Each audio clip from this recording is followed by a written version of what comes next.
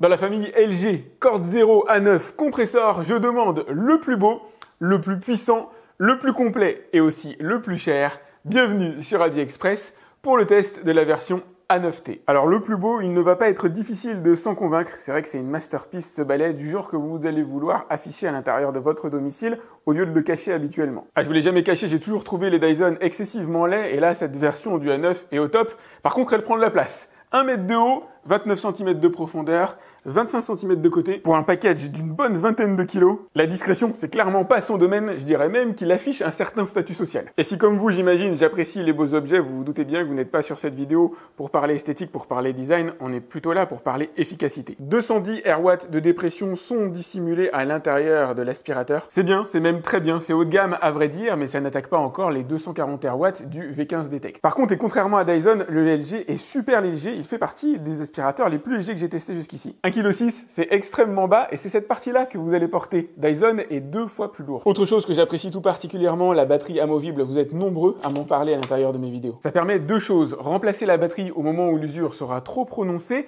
et étendre la surface de nettoyage. Et comment faire, me demanderez-vous? Ça, c'est absolument génial. Regardez, vous avez un compartiment avec une deuxième batterie à l'intérieur du package. Autrement dit, pendant que vous effectuez votre nettoyage, la deuxième batterie se recharge et vous permettra de doubler la surface totale nettoyée. Restons encore quelques secondes sur la test d'aspiration. Ce que j'apprécie, c'est le système de compression des saletés. J'imagine que vous n'en êtes pas à votre premier aspirateur balai, mais en règle générale, les saletés ont tendance à se coincer à ce niveau-là, ont tendance à s'agglomérer, empêchant finalement le flux d'air de passer. Le fait d'avoir ce système de compression va tout simplement permettre de libérer ce canal pour faire passer l'air. Ça va aussi permettre de compacter les saletés dans ce réservoir qui est assez petit puisqu'il ne fait que 440 ml. Et c'est là que cette version haut de gamme entre en jeu. Dans toute sa gloire, vous avez à l'intérieur de la base un véritable aspirateur qui va venir vider le compartiment à poussière à chaque fois que vous reviendrez le mettre sur son socle. À ma connaissance, c'est le seul aspirateur balai disposant de cette technologie. En apparence, ça a l'air d'un véritable transformer, mais je vous rassure, le fonctionnement est assez simple. Quand vous reposez votre aspirateur balai sur son socle, les saletés sont aspirées à l'intérieur de ce sac. On pourra regretter cependant une contenance de seulement 1 litre. Là, on va trouver du 2-3 litres sur les aspirateurs robots, ce qui va donc nécessiter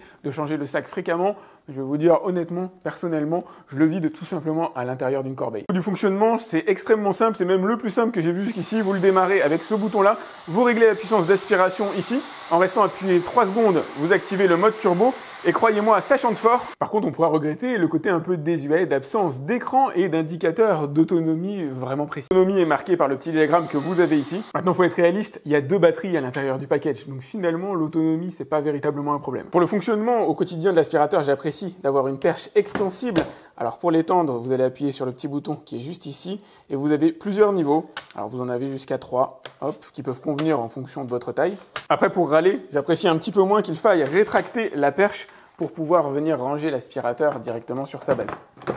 Niveau accessoires, c'est la fête. Il fait partie des aspirateurs les plus complets du marché. Vous avez 2 embouchisseurs ici, une brosse de nettoyage, un filtre supplémentaire et pas moins de 4 brosses motorisées. Vous avez la brosse douce, vous avez la brosse grattante, vous avez la mini brosse grattante. Et c'est quasi inédit, en tout cas pour moi, c'est une première. Vous avez même une brosse pour laver le sol. La bien nommée Power Drive Mop va permettre normalement de venir laver les sols à l'aide des patins que vous avez juste. De l'eau sera stockée à l'intérieur du compartiment juste ici et vous pourrez en assurer le débit à l'aide du bouton qui est là. C'est d'ores et déjà l'aspirateur balai le plus complet que j'ai eu à tester jusqu'ici. Il ne lui manque à la limite qu'un petit flexible. Vous savez à peu près tout sur la théorie. C'est parti pour le test. Et je vous propose de commencer par un classique parmi les classiques sur ma chaîne, le test de la brosse douce sur carrelage. Pour ça, j'ai étalé sur une bande sur le sol un certain nombre de saletés, celles que j'utilise habituellement à l'intérieur de mes tests. Vous allez retrouver des moutons de poussière, du sel, du sucre, il y a du plastique, normalement il y a des morceaux de verre, il y a des copeaux de bois, il y a du carton, bref, il y a énormément de choses. Il s'agit d'un test qui sera effectué en puissance minimale d'aspiration.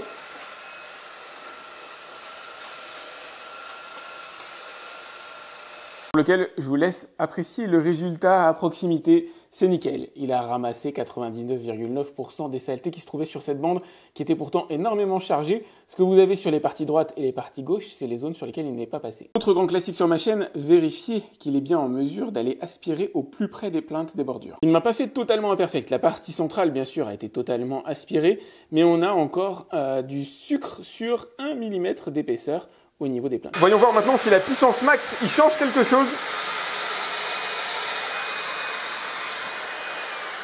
Ah oui, effectivement, en puissance max, le résultat est sans appel, il a absolument tout ramassé. Que faut-il conclure de ce test? Eh bien, l'aspirateur sera en mesure de nettoyer les sols durs de manière générale, les parquets, les carrelages, sans aucun problème, en puissance minimale d'aspiration. Même les gros volumes de saleté ne lui résisteront pas. Ce sera la même chose pour les plinthes, les bordures. Il faut vraiment avoir des saletés extrêmement denses pour avoir à enclencher le mode puissance max. C'est vrai que jusqu'ici, je vous ai pas montré comment on fait la vidange du réservoir à poussière. Vous vous mettez au-dessus de votre poubelle.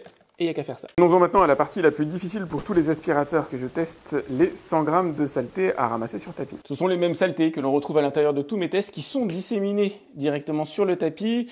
Je vois d'ailleurs un joli morceau de verre qu'il faudra bien penser à enlever. J'espère que l'aspirateur va être en mesure de le ramasser. Normalement, ça devrait aller. Mais le verre a tendance à s'accrocher dans les fibres du tapis. Comme d'habitude, ce test sera réalisé en puissance maximale d'aspiration et avec la brosse grattante.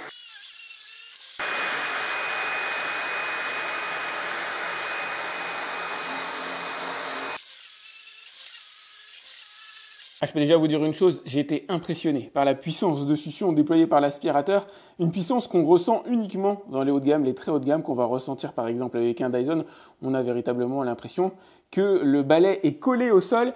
Et regardez, alors je vous montre de près ce que ça donne, en tout cas j'essaye de vous montrer, il a ramassé probablement 99% des saletés. Tout ce qui est gros est parti, ne peut rester qu'éventuellement, allez, 1 ou 2 grains de sel, et encore, il a quasiment tout ramassé, il a fait un travail absolument génial. J'ai hâte de voir ce que ça donne à la pesée. Avec ce score, il vient de recevoir clairement une invitation parmi les meilleurs aspirateurs balais du marché. 102,2 grammes ramassés sur les 100 demandés. Il a ramassé 3 grammes de plus que la génération A9 Compressor Pro que j'avais testé sur ma chaîne il y a quelques semaines. Et ces 3 grammes lui permettent de passer réellement dans le niveau excellent. Et vous, j'imagine, vous allez vous demander, mais comment on peut ramasser plus de 100 grammes à un test sur lequel j'ai déposé 100 grammes sur un tapis? Eh bien, tout simplement parce qu'il s'agit de mon tapis à usage quotidien. C'est un tapis qui vit, c'est un tapis qui accumule de la saleté à l'intérieur des fibres. Et ce qui fait la différence entre un aspirateur balai de gamme milieu, entrée de gamme et haut de gamme, c'est cette capacité à aller gratter dans le tréfonds des fibres, là où les saletés les plus difficiles viennent se loger, là où les poils d'animaux aussi viennent s'enchevêtrer à l'intérieur des fibres. C'est la capacité qu'a cette version du A9 Compressor par rapport aux précédentes, par rapport aussi à la concurrence. Seuls des aspirateurs très haut de gamme, comme Dyson Tineco, qui est aujourd'hui le détenteur du titre d'ailleurs avec 107 grammes, parviennent à réaliser ce genre de prouesse d'une certaine manière. Donc lui fait partie des grands. Alors je vais remplir maintenant son réservoir à eau. Alors je vais mettre de l'eau claire. Je suis pas certain qu'il soit recommandé de mettre du détergent, même si a priori il n'y a pas de contre-indication particulière. Alors même si j'ai beaucoup d'expérience au niveau des aspirateurs robots et de ce type de technologie à brosse rotative, j'avoue que sur un aspirateur balai, c'est une première. Je ne sais pas vraiment à quoi m'attendre. Donc je vais y aller tout simplement naïvement. Déjà sur carrelage, alors je vais pas dire propre, parce qu'il vit, on va dire, naturellement le carrelage, surtout qu'on a tendance à pas retirer les chaussures. Mais je vais y aller de manière assez basique. Et après, on essaiera de nettoyer une tâche ensemble. Alors, il n'est pas fait, à mon avis, pour, sans nettoyer les patins, faire une maison complète. En tout cas, il faudra nettoyer les patins de temps en temps. Ça tourne à vitesse relativement modérée. Enfin, je regarde à combien de tours par minute on est. C'est visiblement une aide substantielle par rapport à un passage de serpillière conventionnel. Mais je ne pense pas qu'on puisse réellement désincruster de grosses saletés, ou alors il va falloir quand même pas mal de temps pour en venir à bout. Ce qui est génial par contre, en tout cas ça aurait été dommage de s'en priver, c'est que la fonction d'aspiration marche en même temps que vous réalisez le lavage des sols. Et ça c'est tout simplement top, ça va permettre de faire du 2 en 1, tant qu'à faire, autant laver les sols en même temps que vous effectuez l'aspiration au quotidien. Eh bien écoutez, honteusement, je retire ce que j'ai dit. Il est capable de détacher les sols. Il n'enlève pas tout, évidemment, mais à force de passage, la plupart des tâches qu'il pouvait y avoir sur le sol de ma cuisine, il les a enlevées. Comme quoi, après avoir effectué plus d'une centaine de tests d'aspirateur balai, j'ai encore quelques clichés en tête. Alors là, les brosses ont nettoyé mon salon. Il est assez difficile de voir la différence. Celles-là sont totalement neuves, mais j'ai une idée. Je vais essayer de rendre la chose visuelle. Je ne sais pas encore ce que ça va donner. Voilà ce qu'il a été en mesure de ramasser à l'intérieur de mon salon, c'est déjà pas mal. Alors pour le fun, je vais pousser le vis un peu plus loin, je ne sais pas exactement à quoi m'attendre sur le nettoyage de ce genre de tâches. Les aspirateurs robots, alors j'en mets un petit peu moins de terre, parviennent à s'en sortir relativement honorablement. Là les serpillières font à peu près le job. Il faudra peut-être que j'accroisse la puissance de succion. Il ne peut pas ramasser tous les débris, il va étaler quand même une partie des saletés. Il n'est pas fait pour ramasser un tel volume de saleté, ça c'est certain. En tout cas pas au même endroit. Je vous laisse regarder l'état des serpillères, c'est plus du tout la même limonade. S'il n'entre pas en concurrence directe avec un balai laveur de sol, ça fait quand même clairement relativiser son achat. On est ici dans un complément efficace d'un système d'aspiration classique qui va ramasser, alors bien sûr les particules fines de surface, comme peut le faire un aspirateur robot de manière assez classique, mais être capable, avec force de passage, de décrasser les sols, d'enlever certaines tâches, mais surtout de manière générale de les assainir. Et c'est ça sa fonction essentielle. Je vous propose maintenant de tester la mini brosse grattante et vous allez voir un compartiment que je vous ai pas montré jusqu'ici. C'est plutôt astucieux, les accessoires les plus fins peuvent être rangés à l'intérieur du dock de chargement. De l'autre côté de la base, vous allez retrouver les embouchisseurs. Par contre, tous les éléments qui composent le kit ne disposent pas d'un emplacement de stockage. Pour venir faire le test, là je l'ai mis en mode aspirateur à main. Vous avez ici des petites lamelles de caoutchouc qui sont alternées et qui vont être chargées de venir décrocher les saletés, alors sur des zones type tapis. Je parle bien sûr des tapis de voiture. Là pour le coup, c'est le dessous de mon canapé qui va faire l'affaire. Je vais faire un passage, ouais, ça fonctionne plutôt bien. Alors je l'ai mis en puissance minimale de succion. Normalement sur cet environnement-là, ça devrait suffire. À l'intérieur d'une voiture, ça va par contre être nettement plus difficile à mon avis. Je vais accroître un peu la puissance. Alors, il va falloir plusieurs passages, ça c'est certain, mais il fait quand même du bon boulot. Alors j'ai rajouté les saletés moi-même à la main. Je sais pas si je vous l'ai dit, mais heureusement, mon dessous de canapé qui est pas toujours propre ne ressemble pas à ça au naturel. La mini brosse grattante fera le job, alors dans les zones comme par exemple des dessous de canapé qui sont relativement faciles d'accès, sans aucun problème.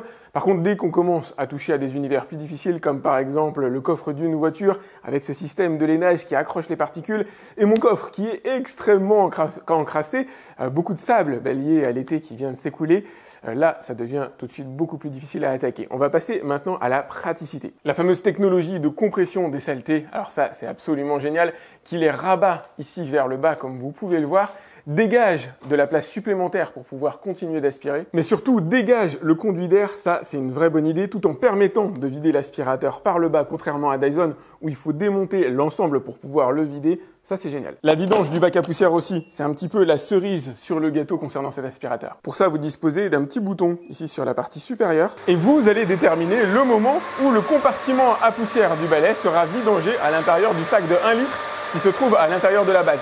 Ça fait un peu de bruit mécaniquement comme sur un aspirateur robot, mais bon, comme vous le déclenchez quand vous le voulez, ça pose pas de soucis. Et regardez, niveau efficacité, c'est véritablement au top. Il était blindé de chez blindé, en tout cas, il y avait des saletés jusqu'à ce niveau-là, tout est parti. L'aspect moins glorieux, c'est que je dois les récupérer, ces saletés, c'est celles que j'utilise à l'intérieur de mes tests, donc du coup, ça m'arrange de les reprendre. Ça vous dit aussi que vous pouvez, à un moment donné, vidanger les sacs directement dans votre corbeille.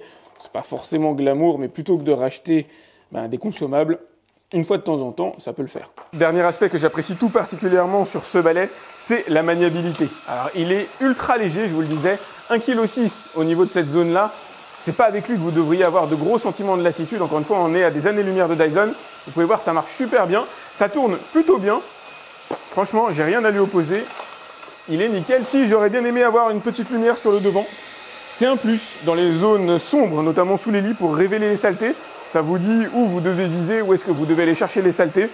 À part ça, il n'y a pas de manque particulier. Au niveau du débrief, ça va être relativement simple. On est pas mal dans les superlatifs avec cette génération du A9 compresseur, à commencer par l'esthétique. Il est véritablement très beau, il a été très bien fait, que ce soit le balai en lui-même ou la base, même si ça reste un élément assez costaud à positionner à l'intérieur d'un domicile, le design fait que vous n'avez pas forcément envie de le cacher, contrairement à un Dyson, je le répète. Le système de vidange du bac à poussière à l'intérieur du compartiment que vous avez ici est carrément inédit. Dans l'univers des aspirateurs balais, j'entends, il est par contre un petit peu dommage que le sac ne fasse qu'1 litre de contenance, 2-3 litres aurait été un peu plus indiqué en matière de puissance, sans être au top de ce qui se fait aujourd'hui sur le marché. Il est dans un niveau d'excellence, puisqu'on a dépassé les 100 grammes de saleté ramassés sur tapis, alors j'en avais demandé 100.